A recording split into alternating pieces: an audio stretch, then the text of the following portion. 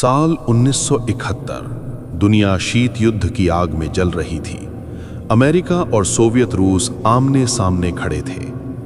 इस संघर्ष की जड़ें 1947 के विभाजन में छिपी थीं। पाकिस्तान बना दो हिस्सों में, पश्चिम और पूर्व पाकिस्तान। पूर्वी पाकिस्तान की जनता पर अत्याचार शुरू हो चुके थे। पाकिस्तानी सेना ने अपनी ही जनता को कुचल दिया।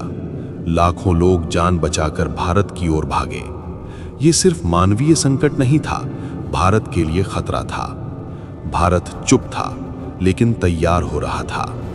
3 दिसंबर 1971 पाकिस्तान ने पहला हमला किया।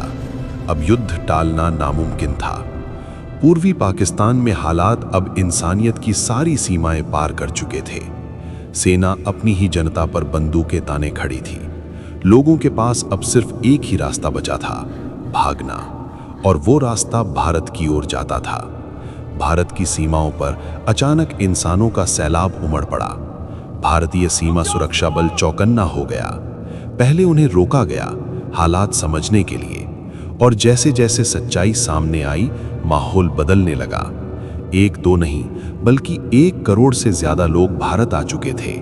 ये सिर्फ शरणार्थियों का संकट नहीं था, ये भारत की सुरक्षा और भविष्य का सवाल बन चुका था। अब फैसला देश की प्रधानमंत्री को लेना था। इंदिरा गांधी समझ चुकी थी, युद्ध टाला नहीं जा सकता। शरणार्थियों की भीड़ अब भारत के लिए अंतर्राष्ट्रीय मुद्दा बन चुकी थी।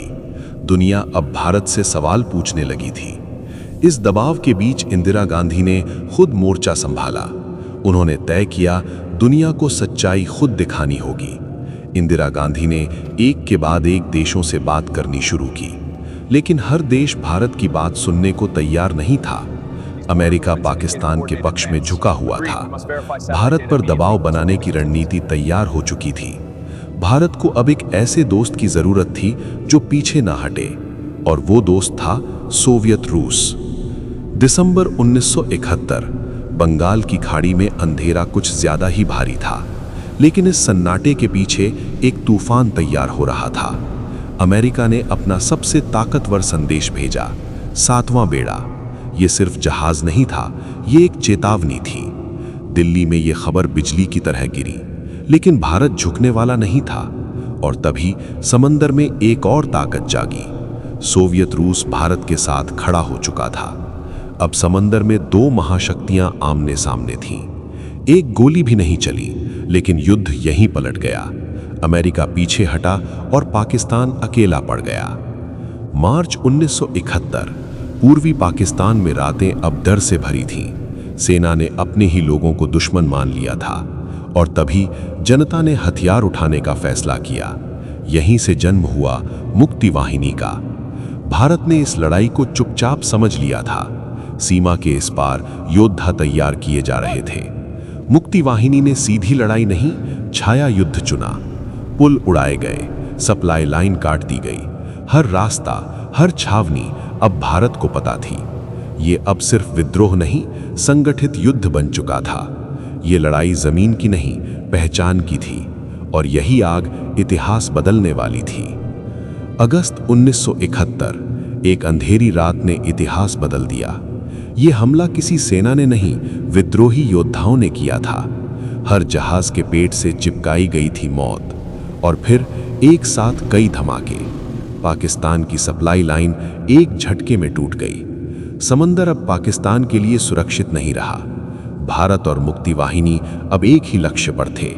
अब अंतिम प्रहार का समय आ चुका था। 3 दिसंबर 1971 युद्ध अब खुलकर सामने आ चुका था। तीनों दिशाओं से भारतीय सेनाएं आगे बढ़ने लगीं। रास्ते वही थे जो मुक्ति वाहिनी ने दिखाए थे।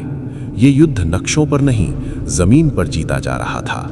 पाकिस्तानी चौकियां एक एक कर गिरने लगीं, क्योंकि हमला सिर्फ बाहर से नहीं, भीतर से भी था। अब लक्ष्य साफ था, ढाका। शहर चारों ओर से घिर चुका था। सेना थकी हुई थी और हौसला टूट चुका था। इतिहास अब आखिरी पन्ना पलटने वाला था। 16 दिसंबर 1971 सुबह का सूरज एक अलग सन्नाटे के साथ उगा। युद्ध लगभग खत्म हो चुका था, लेकिन इतिहास अभी लिखा जाना बाकी था। पाकिस्तानी सेना चारों ओर से घिर चुकी थी। न सप्लाई बची थी, न बाहर निकलने का रास्ता। आखिरकार सफेद झंडा उठाया गया। ये हार की नहीं, एक युग के अंत की निशानी थी। ढाका का रेस कोर्स मैदान अब इतिहास का गवाह बनने वाला था।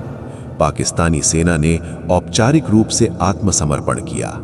93,000 सैनिकों ने हथियार डाल दिए। द्वितीय विश्व युद्ध के बाद सबसे बड़ा आत्मसमर्पण। लेकिन ये जीत शोर की नहीं, जिम्मेदारी की थी। और उसी क्षण बांग्लादेश जन्मा, एक देश जो बलिदान से बना था। दिल्ली में एक आवाज गूंजी, हमने युद्ध नहीं जीता, हमने इंसानियत का साथ दिया। 1971 ने दक्षिण एशिया का नक्शा बदल दिया और दुनिया ने देखा जब साहस, रणनीति और मानवता एक साथ खड़े हुए। और ऐसी ही इतिहास कथाओं के लिए प्लीज मास्टर चेस चैनल को सब्सक्राइब करें।